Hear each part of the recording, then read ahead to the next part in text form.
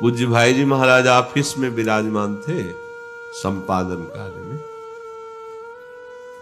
एक आदमी के रोने की आवाज आई। करुणा हृदय पूछा सेवक से कि कौन रो रहा है। बोले ये तो पता नहीं कि स्त्री है कि पुरुष, पूरा कंबल से शरीर ढके है और रो रहा है। वो कह रहा है एक बार भाई जी से मिला दो। भाई जी ने कहा ऑफिस में लाओ। तो उनका वो कह रहा मैं ऑफिस में आने लायक नहीं हूं। उनका लाइए, हम प्रार्थना कर रहे हैं उनसे, आप लाइए। लाए तो बस इतना ऐसे जिससे दिखाई दे इतना कंबल के। तो भाई जी ने कहा प्रभु आप ऐसा क्यों रूप धारण किए हुए हैं, क्या परेशानी आपको? तो उनका पूरे शरीर में पीप निकल रही है, गलित कुष्ठ है। कोई परिवार का हमारी तरफ देखता नहीं। अर्थ है नहीं कि मैं कोई औषधि करा सकूं। पहले मरने का विचार किया पर आपकी बात महिमा सुनी थी तो लगा एक बार आपको देख लूं, फिर आत्महत्या कर शरीर को त्याग दूं। भाई जी ने कहा नहीं नहीं नहीं, ऐसा तो सोचने की जरूरत नहीं। तुम अपना कंबल उतारो। उनका आपको बहुत घृणा होगी। बोले आप उतारो। उतारा तो पूरा शरीर पीप, दुर्गंध युक्त शरीर। भाई जी ऐसे छुके कहे, बार बार नाम उच्चारण कर रहे हैं, ऐसे छू रहे हैं। एकदम भगवदावेश आया और गले से लगाया, खत्म, रोग ही खत्म। अब तो जहां वो शरीर त्यागने वाला था चरणों में गिर गया। अरे बोले बस अगर आज से आप हमारी बात माने तो आज से नाम जप कीजिए। आप सब कुछ नाम जप में कर तुम अकर तुम अन्यथा कर तुम सर्व समर्था। संत जन जो कष्ट सहते रहते हैं नाम जपने वाले, तो ऐसा न समझो कि इनमें सामर्थ्य नहीं। वो प्रभु के विधान को सुख मानकर सहते हैं। नहीं तो क्षण में सब ये कोई बहुत बड़ी बात है, रोग दुख नष्ट होना। अरे नई सृष्टि का निर्माण कर सकते हैं भगवान का भजन करने वाले। एक कष्ट वाला बहुत छोटी चीज है, पर जब उस कोटि का भजन होता है तो इसका महत्व ही नहीं रह जाता। इसलिए स्वाभाविक निरपेक्ष होकर भोगते रहते हैं। तो असंभव को भी संभव कर दे नाम। जिस नाम का स्मरण करके भीलनी जाति की जगत बंदनी भगवत साक्षात्कार करने वाली माता सबरी हुई, बड़ी पुण्यमयी बन गई। जिस नाम का उच्चारण करके अजामिल परम पद को प्राप्त हुआ। कोई आके नाम जपने वाले से कहा सुनो मैं तुम्हें महान सुख देने आई हूं। तो पूछा का तुम कौन हो? तो कहा मुक्ति रूपागताश्मी, मैं मोक्ष हूं। सारूप्य सामीप्य सारिष्ट सायुज्य सालोक्य, मैं मोक्ष सुख हूं। तुम नाम निरंतर रट रहे हो, अब जपने की जरूरत नहीं, मुझे स्वीकार कर लो। क्या करोगी? तुम मोक्ष हो तो क्या करोगी? मैं सदैव आपकी सेवा में उपस्थित रहूंगी। तो तुम हमारे पास ही क्यों आई हो? कस्मादि है और भी है, मेरे पास क्यों आई हो? तो उन्होंने कहा श्री कृष्ण स्मरणेन देव, आप क्योंकि निरंतर कृष्ण कृष्ण रटते रहते हैं, इसलिए मैं आपकी दासी बनने आई हूं। आप मुझे स्वीकार करें, सेवा में रख लें। तो भक्त ने कहा दूरे तिष्ठ मना गनागश कथम कुर्याम अनार्यमयी, तो दूर खड़ी रहे अपराधी, मुझे प्रभु का विस्मरण कराने चली है। देखो किससे बात कर रहे हैं? मोक्ष से। नाम की महिमा को आप समझिए। दीयमानम न ग्रहणन्ति विना मत सेवनम जना, तू मुझे भगवत स्मरण से विमुख करने के लिए ये कुठाराघात कर रही है। तुम्हारी तो सुगंध मात्र से मेरे नाम रूपी चंदन रस के आलेप का लोप हो जाएगा। अर्थात तेरी चाह पैदा होते ही नाम विस्मरण हो जाएगा, भगवत सेवा छूट जाएगी। अय मोक्ष अय मुक्ति दूर खड़ी रहे। राधा, मेरा भगवान नाम नहीं छूट सकता, ना मैं प्रभु की सेवा छोड़ सकता हूं। मुझे जो मंगल में प्रभु के नामों में सुख मिल रहा है, कीर्तन में सुख मिल रहा है, तो धूल के समान है मेरे सामने।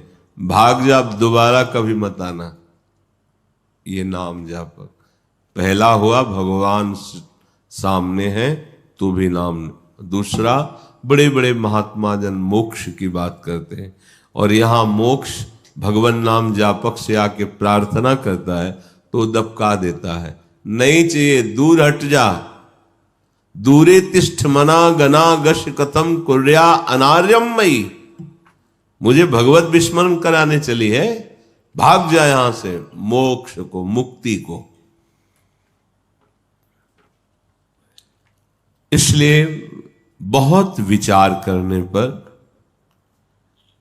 ये निश्चय हुआ कि नाम स्मरण सरीखे लोक में, परलोक में, आत्यंतिक कल्याण में, सुलभ से सुलभ परमार्थ साधन में, सब काल में, सब परिस्थितियों में नाम, लोक की संपत्ति, परलोक की संपत्ति, मोक्ष संपत्ति, जो भी चाहिए नाम सब में समर्थ देने में। दुख और संकट में, दुख और संकट की निवृत्ति के लिए, भविष्य में कभी दुख ना हो इसके लिए, साधकों की सिद्धावस्था के लिए, सिद्धों की सिद्धि की रक्षा के लिए नाम समर्थ विराजमान है। बहुत ध्यान से सुनो। दुख निवृत्ति के लिए नाम, दुख संकट कभी आगे आए ही ना, नाम, साधकों की सिद्धावस्था निरंतर नाम, सिद्धों की सिद्धि की रक्षा निरंतर नाम। इसलिए तुम्हें धर्म अर्थ काम मोक्ष जो भी चाहिए ये सब नाम प्रदान कर देगा। तुम चाहे बालक हो, जवान हो या वृद्ध हो, स्त्री हो, पुरुष हो, नपुंसक हो, कोई भी हो, किसी भी देश के हो, किसी भी काल में हो, किसी भी अवस्था परिस्थिति में हो, तुमको नाम जब समान फल प्रदान करेगा, बराबर वही स्थिति प्रदान करेगा। कोई भी हो, सबके परम कल्याण के लिए नाम विराजमान है। अब ध्यान देने योग्य बात यह है कि प्रभु का हर नाम महामहिमामय है। वो नाम व्यर्थ नहीं जाता है, पर नाम जब का प्रभाव जब जागृत होगा तो आपको सदगुरुदेव की प्राप्ति होगी, और सदगुरुदेव से जो नाम मिलता है उसे सबीज नाम कहते हैं। भगवत साक्षात्कार की योग्यता, दिव्यता ये गुरु प्रदत्त नाम से होती है। जो आप ऐसे ही नाम जप करते हो वो व्यर्थ नहीं जाएगा, वो आपको सदगुरुदेव की प्राप्ति कराएगा, और सदगुरुदेव जब नाम देते हैं तो सबीज नाम होता है। सबीज नाम का बड़ा प्रभाव है। सबीज नाम अर्थात नाम जापक गुरुदेव के द्वारा दिया हुआ नाम बहुत जल्दी शीघ्र सिद्धि प्रदान करता है, नाम का प्रभाव प्रकाशित होता है। इसलिए अध्यात्म मार्ग में गुरु प्रदत्त शास्त्र और गुरु का संप्रदाय और गुरु का नाम मंत्र बहुत बड़ा महत्व रखता है। ये सिद्ध वस्तु है।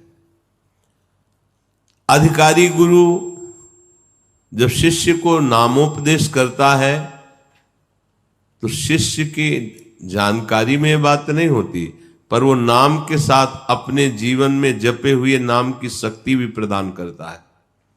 बहुत बड़ा सहयोग हो गया। निकलना चाहते हैं, हमारी ताकत जितनी है, लेकिन महान ताकत गुरुदेव की उन्होंने निकाल दिया।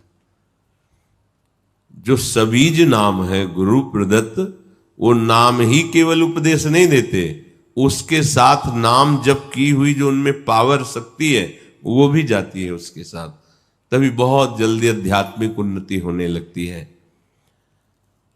गुरु के दिए हुए नाम के साथ जो नाम शक्ति जाती है, इसे ही वृंदावन दास चाचा जी ने कहा है, नाम सुकृत धन अपनी जीवन अतिहित मान देत वरदान।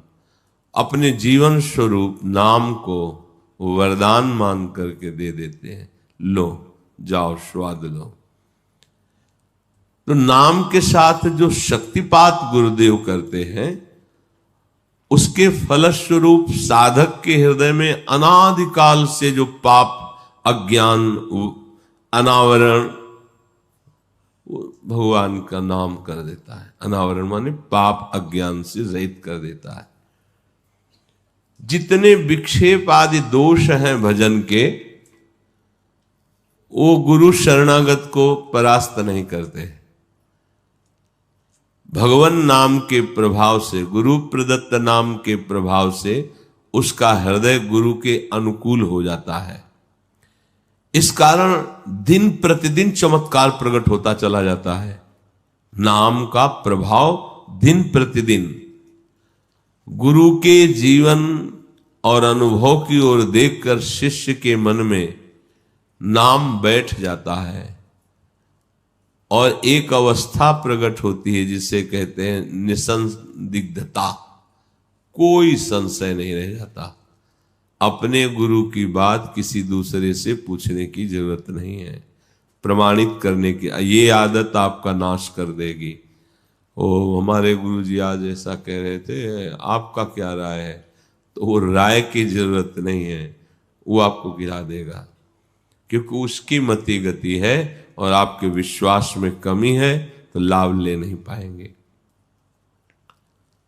अभीष्ट फल प्राप्ति के विषय में निसंदिग्धता, कोई संशय नहीं। जो गुरुदेव ने हमें नाम दिया, जो मंत्र दिया, गुरु प्रीति को देख करके भगवान नाम उसके हृदय में स्फुरित होने लगते हैं। ज्यादा समय नहीं लगा, नाम चलने लगा गुरु प्रीति देख करके। नाम स्मरण की प्राथमिक अवस्था में गुरुदेव के सानिध्य की बहुत जरूरत है।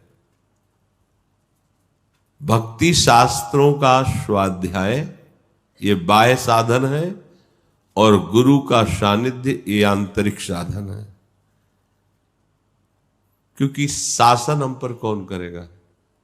बिना शासन के ये मन भजन में नहीं लगता है। इसे डर चाहिए, गुरुदेव का डर चाहिए। ये और किसी से नहीं डरता, गुरुदेव से डरता है। यदि इसने लक्ष्य बना लिया है तो एक बार हृदय में भगवान नाम के लिए अनन्य श्रद्धा, अनन्य भाव उत्पन्न हो जाने पर फिर किसी बाह्य साधन की बिल्कुल कोई आवश्यकता नहीं है। अंदर से नाम, बाहर से नाम। ऐसी स्थिति में अनंत कल्याण गुणों का समुद्र जो भगवान है, उनके हृदय की सारी सद्गुण वृत्तियां उपासक के अंदर आने लगती हैं।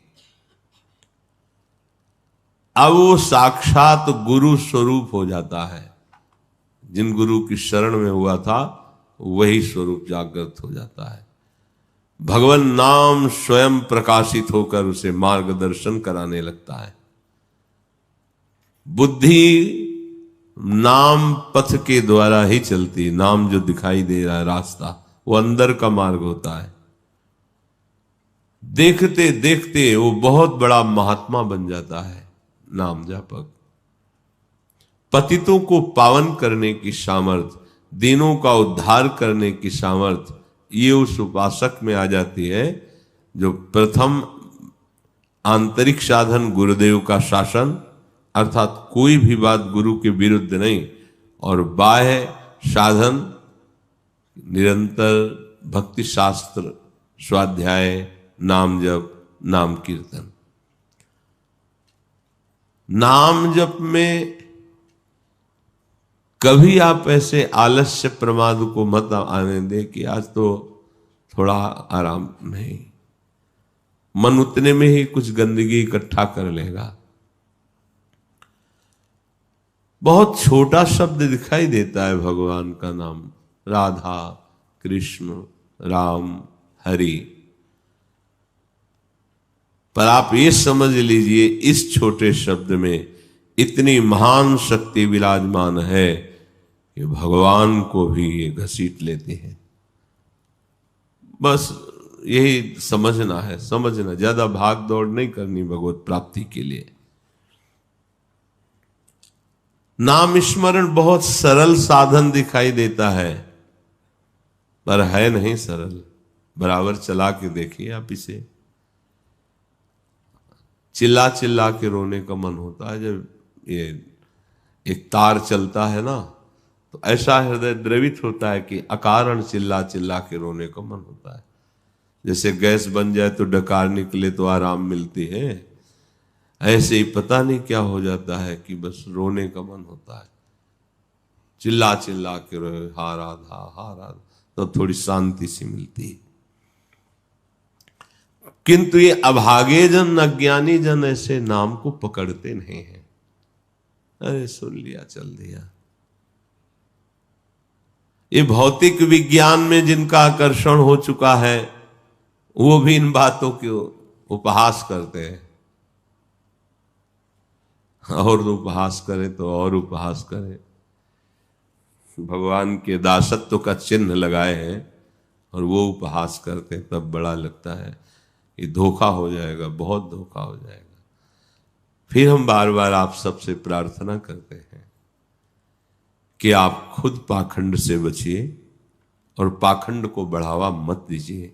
ये कलिकाल है, जहां भगवान नाम नहीं है, भगवान नाम जप की बात नहीं है, भगवान की महिमा गुण लीला की बात नहीं है, वहां कौन ऐसा है जो तुम्हें दुख से निवृत्त कर सके। 88,000 ब्रह्म ऋषि शौनक जी सिंहासन पर विराजमान हैं और नीचे बैठकर कहते हैं कि यज्ञ करते करते मेरी जटाएं धुआं से धूमिल हो गई, पर आज तक वो आनंद नहीं मिला जो आप भगवान की लीला कथा सुनाकर हमें आनंद प्रदान कर रहे हैं। कैसा एक नाटक बनता जा रहा है परमार्थ। हम लोग क्षुद्र विषयी जीव, भोगी जीव, सोचते हैं चंद्र रुपए देकर हम दुख से निपट जाएंगे। नहीं भाई, दुख से निकलने का एकमात्र उपाय श्री विश्वेश्वर पादाम्बुज दीर्घ नौका, भगवान विश्वेश्वर के चरणों का आश्रय। अब ये लेना नहीं चाहते